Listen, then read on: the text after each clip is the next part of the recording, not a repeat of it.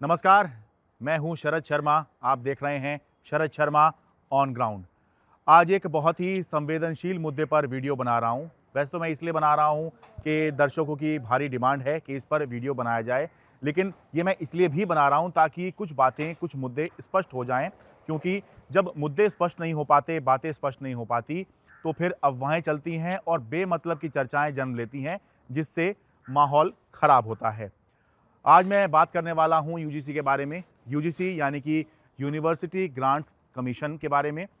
ये भारत सरकार के शिक्षा मंत्रालय के तहत आता है और देश भर की जो यूनिवर्सिटी और कॉलेजेस हैं, उनको ये रेगुलेट करता है। यूजीसी ने नए नियम जारी किए हैं हायर एजुकेशन इंस्टीट्यूशंस के लिए, यानी कि नए नियम का नाम है promotion of equity in higher education institution regulations 2026। अब इन नियमों में कुछ प्रावधान ऐसे किए गए हैं या फिर ऐसे नहीं किए गए हैं, जिनकी वजह से जो सवर्ण वर्ग के छात्र हैं या जो सामान्य वर्ग के छात्र, जिन्हें जनरल कैटेगरी के छात्र कहा जाता है, उनमें एक बेचैनी और गुस्सा देखा जा रहा है। वैसे तो ये जो नियम हैं, ये जो डिसएडवांटेज ग्रुप हम जिसे बोलते हैं, जैसे कि एससी, एसटी और जिसे हम अनुसूचित जाति, अनुसूचित जनजाति बोलते हैं, सामाजिक और शैक्षिक रूप से पिछड़ा वर्ग जो है, जिसे ईबीसी बोलते हैं, इकोनॉमिकल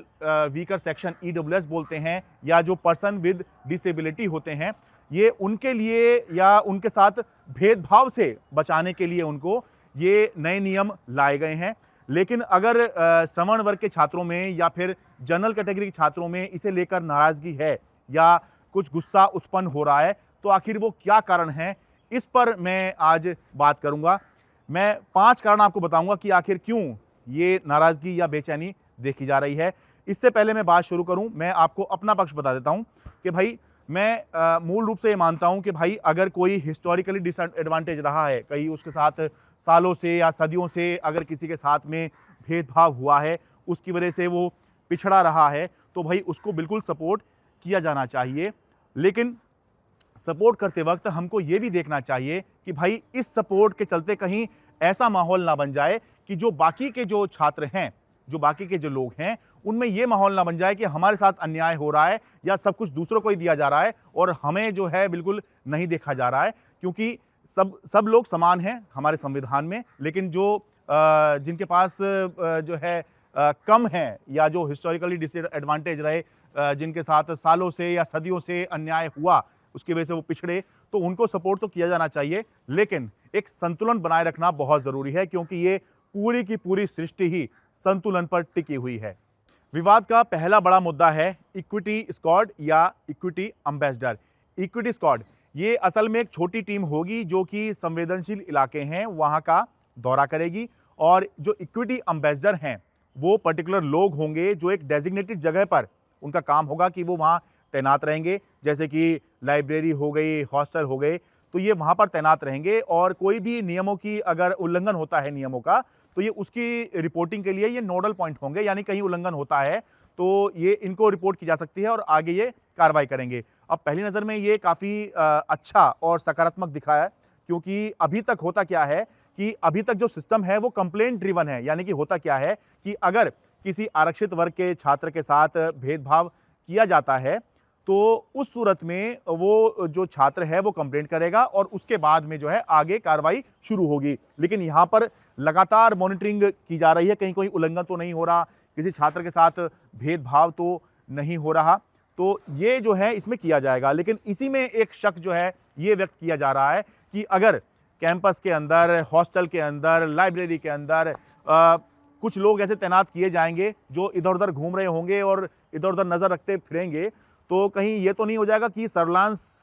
वाली बात हो जाएगी कि नजर रखी जा रही है कुछ लोगों पर, तू क्या कर रहा भाई, तू क्या कर रहा भाई, तू क्या कर रहा है। तो ये एक चिंता है, और ये चिंता तो केवल सवर्ण या जनरल कैटेगरी के छात्रों की बात नहीं है, बल्कि ये तो जो रिजर्व कैटेगरी जिनके लिए ये नियम बनाए जा रहे हैं, उनके लिए भी सर्विलांस से समस्या हो सकती है। क्योंकि सर्विलांस अपने आप में जो है बहुत सारी समस्याओं को जन्म दे सकता है। क्योंकि कैंपस के अंदर जब कॉलेज में, यूनिवर्सिटी में आप पढ़ते हैं, तो आप बहुत ही आज़ाद घूमते हैं और बहुत तरह के आचार व्यवहार आप कैंपस के अंदर, कॉलेज के अंदर, यूनिवर्सिटी के अंदर करते हैं। तो अगर इस तरह के लोग घूमेंगे जिनका भले ही मकसद हम ये कहें कि ये देखें कि कहीं भेदभाव तो नहीं हो रहा, कोई पहचान के आधार पर जातिगत भेदभाव तो नहीं हो रहा, इस तरह का कोई जाति सूचक शब्द तो नहीं कह रहा, ये सब बातें तो ये कहने में तो कॉपी के स्तर पर या कागज स्तर पर अच्छा लगता है, लेकिन सर्विलांस वाली जो समस्या है कि कहीं ये अपने हद से आगे निकलने वाली बात तो नहीं है कि हर समय नजर रखी जा रही है, हाँ भाई तुम क्या कर रहे हो, हाँ भाई तुम क्या कर रहे हो। दूसरा मुद्दा, पीड़ित पक्ष का नाम गुप्त और आरोपी का नाम सार्वजनिक। इसमें प्रावधान नियमों में यह किया गया है कि अगर कोई छात्र शिकायत करता है कि मेरे साथ भेदभाव किया गया है तो उसकी रिक्वेस्ट पर उसका नाम गुप्त रखा जा सकता है, जबकि ऐसा कोई प्रावधान नहीं किया गया है कि जिस पर आरोप लगा है जब तक कि आरोप सिद्ध ना हो जाए तब तक के लिए कम से कम उसका नाम गुप्त रखा जाए। ऐसा कोई प्रावधान इसमें नहीं किया गया है। तो इससे इसमें जो है चिंता ये व्यक्त की जा रही है कि भाई जो शिकायत करने वाला है वो तो गुप्त रहेगा, लेकिन जिसके खिलाफ शिकायत हुई है उसका नाम जो है सबके सामने आ जाएगा। तो ये जो है इसमें चिंता व्यक्त की जा रही है कि इस दौरान जब तक कि उसका आरोप सिद्ध नहीं हो जाता, मान लीजिए आगे आरोप सिद्ध नहीं होता, तो तब तक के लिए जो उसको प्रोफेशनल नुकसान होगा या जो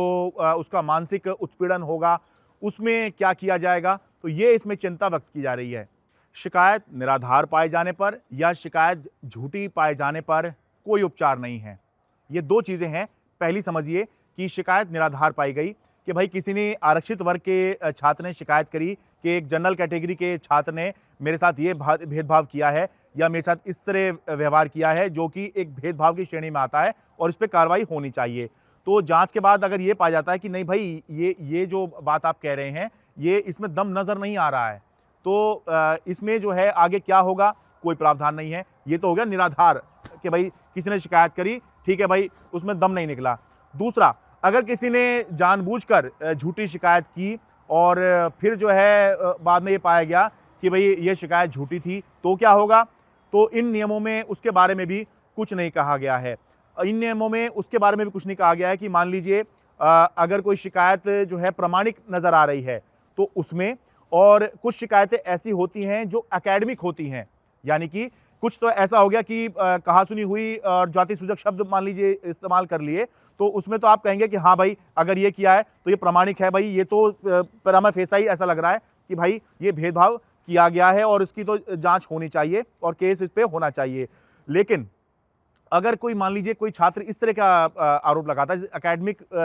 होती है शिकायत कि भाई फलाना फैकल्टी या टीचर ने मेरे साथ ऐसा भेदभाव करके, क्योंकि मैं इस जाति से या मेरी आइडेंटिटी ये है, इस वजह से मेरे साथ ये किया है, तो उसमें कैसे डिफरेंशिएट किया जाए, क्योंकि ये तो हो ही सकता है कि भाई कोई छात्र जो है इस तरह की शिकायत कर दे कि क्योंकि मैं इस वर्ग से आता हूं और मैं ये हूं, इसलिए वो जो टीचर है या फैकल्टी है वो सवर्ण है या जनरल कैटेगरी से है, इसलिए उसने मेरे साथ भेदभाव किया। तो इससे भी निपटने का इसके अंदर कोई प्रावधान नहीं किया है। साथ में एक तीसरी बात कि भाई अगर मान लीजिए अब बच्चे पढ़ते हैं, छात्र पढ़ते हैं, उनमें आपस में जो है बैर होता है, ये जो बैर होता है ये जरूरी नहीं है कि ये आपकी पहचान के आधार पर हो। यानी जी ये समझिए राम और श्याम की आपस में लड़ाई है, आपस में बनती नहीं है और दोनों का 36 का आंकड़ा है, और राम जो है वो सवर्ण कैटेगरी से आ रहा है और जो श्याम जो है वो रिजर्व कैटेगरी से आ रहा है। तो मान लीजिए दोनों में आपस में लड़ाई हो रही है और श्याम जो कि रिजर्व कैटेगरी से है राम पर जो है आरोप लगा दे कि इसने मुझे इसलिए मारा है क्योंकि मैं इस बिरादरी से आता हूं या इस मेरी पहचान ये है इसलिए भेदभाव करते हुए इसने मुझे मारा है। तो कैसे ये जो अलग अलग तरह की शिकायतें हैं इनमें कैसे डिफरेंशिएट किया जाए, इन नियमों में वो सब नहीं बताया गया है, जो कि बहुत अहम है। समयबद्ध तरीके से जांच या जल्दबाजी में जांच। नियमों में यह कहा गया है कि अब कोई भी शिकायत अगर होगी, कोई रिजर्व कैटेगरी का छात्र ये शिकायत करता है कि उसके साथ भेदभाव किया गया है, तो इक्विटी कमेटी एक बनाई जाएगी जिसको 24 घंटे के भीतर मीटिंग करनी होगी और आगे क्या करना है उसके लिए उसको जो है फैसला करना होगा कि आगे हमें ये करना है। 15 दिन के भीतर ये इक्विटी कमेटी जांच करके अपनी इंक्वायरी करके रिपोर्ट आगे जो इंस्टीट्यूशन के प्रमुख हैं उनको देगी, और जो इंस्टीट्यूशन के प्रमुख हैं उनको 7 दिन के भीतर इस पर एक्शन लेना होगा। अब इसमें यह कहा जा रहा है कि ये जो इस तरह के मामले होते हैं भेदभाव वाले, ये बहुत जटिल होते हैं और ये जो कमेटी बनेगी इक्विटी कमेटी, ये कॉलेज के या यूनिवर्सिटी के ही लोग होंगे। तो कभी कभी इतने जटिल मुद्दे होते हैं कि इनकी जांच कर पाना, इनकी इंक्वायरी इतनी जल्दी कर पाना आसान नहीं होता है। तो कहीं ऐसा तो नहीं हो जाएगा कि जल्दबाजी में जांच करने के चक्कर में जो रिजर्व कैटेगरी के छात्र हैं जो आरोप लगाएंगे जनरल कैटेगरी के छात्र पर, तो जो जनरल कैटेगरी के छात्र हैं उनके साथ जल्दबाजी में अन्याय तो नहीं हो जाएगा, क्योंकि हमारा देश का भी जो मूल संविधान है या जो कानून है वो ये कहता है कि भाई चाहे 100 अपराध करने वाले बच जाएं, लेकिन किसी निर्दोष को सजा नहीं मिलनी चाहिए। एक तरफ तो ये अच्छी बात दिखाई देती है कि भाई समयबद्ध तरीके से जांच होगी और उस पर कार्रवाई की जाएगी, ये बहुत अच्छी बात दिखाई देती है, क्योंकि एक आप ये देखिए, ये कहावत होती है जस्टिस डिलेड जस्टिस डिनाइड। तो उसको ये जो है उससे बचने की कोशिश की गई है कि भाई ये बहुत ज़रूरी है कि निपटारा जल्दी से जल्दी हो, वरना आपने शिकायत कर दी, जांच चल रही है, पता नहीं आगे क्या होगा, पता नहीं लगता है। ये अच्छी बात है कि इसमें किया गया है, लेकिन इसी से डर ये उत्पन्न हो रहा है सवर्ण वर्ग के छात्रों में कि भाई कहीं ऐसा तो नहीं होगा कि भाई ये साबित ना हो पाए और उनके ऊपर प्रेशर होगा, भाई इतने दिन में तो रिपोर्ट देनी है, तो कहीं जो है उनके साथ नाइंसाफी तो नहीं हो जाएगी। और वो इसलिए भी जो है अहम है कि यूनिवर्सिटी ने जो यूजीसी है उसने जो नियम बनाए हैं वो बहुत सख्त बनाए हैं कि अगर कंप्लायंस नहीं होती है, पालन नहीं होता है जो नियम बनाए गए हैं, तो फिर बहुत कड़े प्रावधान हैं। यूजीसी उसे अपनी लिस्ट से भी, जो उसकी मान्यता है उस इंस्टीट्यूशन की वो भी रद्द कर सकता है, उसका ऑनलाइन प्रोग्राम रद्द कर सकता है, और तरह तरह के जितने भी यूजीसी से उसको फायदे मिलते हैं वो सारे रद्द भी कर सकता है। तो कहीं नाइंसाफी तो इसमें जनरल कैटेगरी के छात्रों के साथ जल्दबाजी में, क्योंकि समयबद्ध तरीके से सारा काम करना है, ये नहीं हो जाएगी। ये डर जो है सवर्ण या सामान्य वर्ग के छात्रों में दिखाई दे रहा है। पांचवा और आखिरी बड़ा मुद्दा है अपील। अगर कोई व्यक्ति इक्विटी कमेटी की रिपोर्ट से नाखुश है तो वो 30 दिन के भीतर लोकपाल में अपील कर सकता है, और लोकपाल एक अमाइकस क्यूरे अपॉइंट करेंगे। अमाइकस क्यूरे से ऐसे समझिए कि कोर्ट के मित्र, यानी कि अपनी मदद के लिए, इस केस की जांच के लिए, देखने के लिए क्या सही है क्या गलत है, वो एक अमाइकस क्यूरे अपॉइंट करेंगे और 30 दिन के भीतर, अपील करने के 30 दिन के भीतर इस अपील का निपटारा करना होगा। ये बहुत अच्छी बात है कि भाई समयबद्ध तरीके से ही सब कुछ हो रहा है, क्योंकि हमारे देश में समस्या ये है कि आरोप जो है लग के जो है जांच चलती रहती है और जो है न्याय नहीं मिल पाता। लेकिन इसमें ये चिंता व्यक्त की जा रही है कि भाई मान लीजिए केस ये है कि भाई एक आरक्षित वर्ग के छात्र ने शिकायत की और सही पाई गई, इक्विटी कमेटी की रिपोर्ट ने सही पाया कि जनरल कैटेगरी छात्र ने उसके साथ भेदभाव किया था या कुछ ऐसी बातें उसको कही थी कि जो नहीं कहनी चाहिए थी, जाति सूचक थी या इस तरह का भेदभाव किया था। इक्विटी कमेटी ने वो सही पाई। अब आगे जब वो बात गई अपील में, तो जो लोकपाल हैं वो उसको अगर सही पाया तो फिर तो कोई बात ही नहीं है, लेकिन अगर उसको जो है खारिज कर देते हैं कि नहीं, इक्विटी कमेटी की जो फाइंडिंग्स हैं वो सही नहीं है, मैं इसको खारिज करता हूं, तो क्या होगा? नियमों में उसके बारे में कुछ नहीं कहा गया है, क्योंकि आप ये देखिए कि अगर ओम्बड्समैन यानी कि लोकपाल ने ये पाया कि भाई ये सही नहीं है, तो वो तो सबसे इनमें ऊपर की बॉडी है या एक तरह की कोर्ट, बड़ी कोर्ट है। तो अगर वो सही नहीं पा रही है इसमें, नहीं भाई ये सही नहीं है जो फैसला जनरल कैटेगरी वाले के बारे में आया है, तो उस सूरत में क्या होगा, उस बारे में इसमें कुछ नहीं कहा गया है। क्योंकि बेहद अहम बात यह है कि भाई